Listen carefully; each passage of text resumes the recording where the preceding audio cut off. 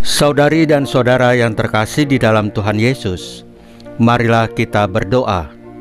Doa yang diajarkan oleh Tuhan Yesus sendiri.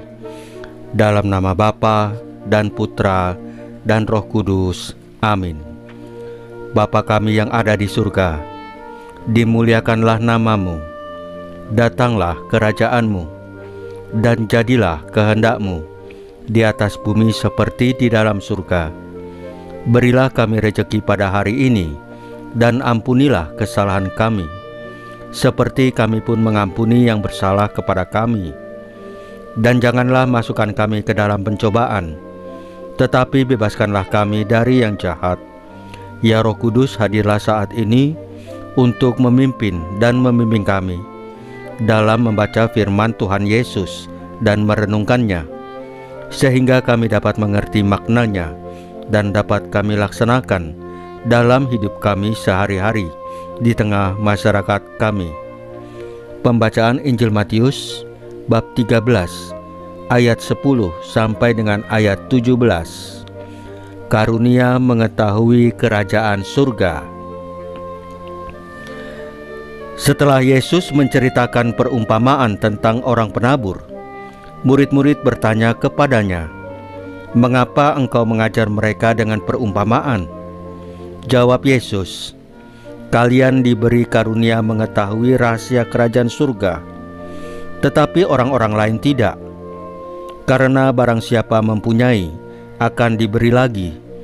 Tetapi barang siapa tidak mempunyai, maka apapun yang ada padanya akan diambil juga.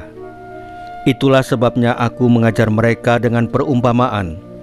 Karena biarpun melihat, mereka tidak tahu, dan biarpun mendengar, mereka tidak menangkap dan tidak mengerti.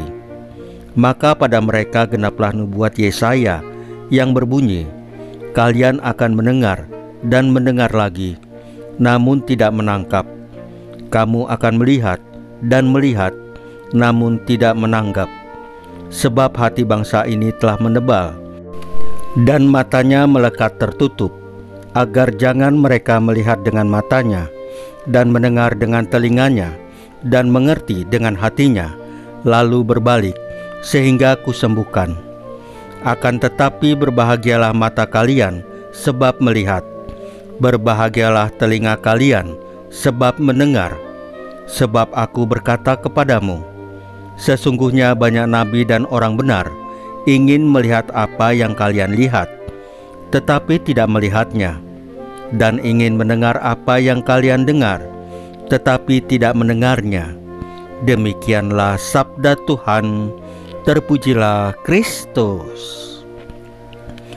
Saudari dan saudara yang terkasih di dalam Tuhan Yesus, kalau kita jujur dalam hidup kita sehari-hari, kita nyaris tidak pernah benar-benar sunyi. Dunia kita dipenuhi suara, mulai dari notifikasi HP, media sosial, obrolan kantor, bahkan suara-suara dalam batin yang menuntut banyak hal. Kita melihat banyak hal, membaca banyak, mendengar banyak, tetapi apakah semua itu membawa kita makin peka pada kehendak Allah? Firman hari ini melalui perumpamaan yang disampaikan Tuhan Yesus mengajak kita untuk menyadari satu hal penting, yaitu tidak semua orang bisa memahami kebenaran Tuhan Yesus. Tapi bukan karena Tuhan Yesus menyembunyikannya, justru sebaliknya, karena hati manusia sering tertutup, sibuk, atau bahkan tidak mau mendengar. Ini bukan soal kepintaran, tetapi soal keterbukaan. Tuhan Yesus tidak sedang menyulitkan kita dengan perumpamaan. Tuhan Yesus sedang mengundang kita untuk berhenti sejenak, untuk mendengarkan dengan hati. Dalam dunia yang serba cepat, kita butuh berani melambat.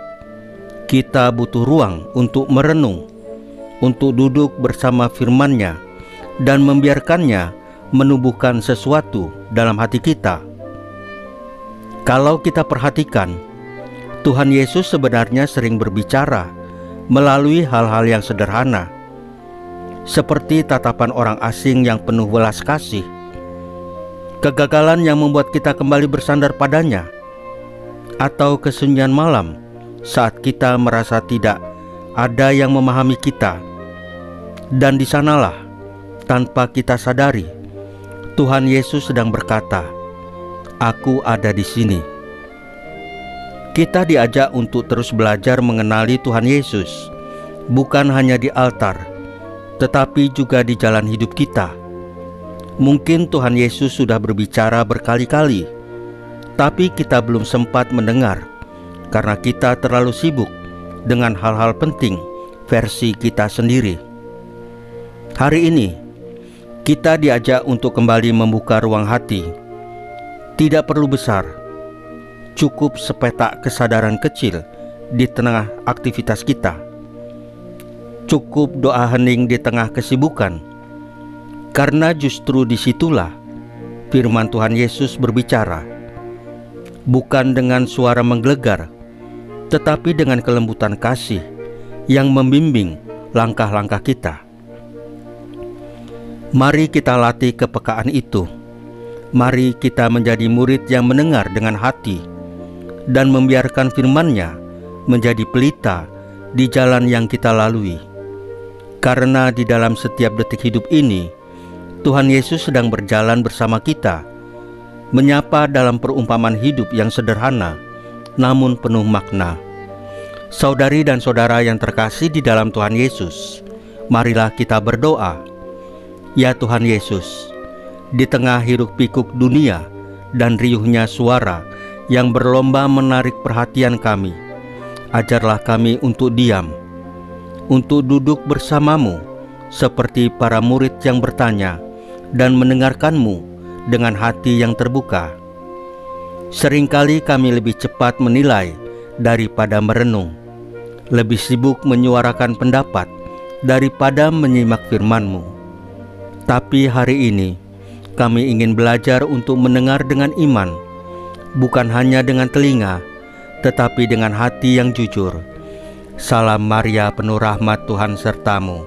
Terpujilah engkau di antara wanita, dan terpujilah buah tubuhmu Yesus.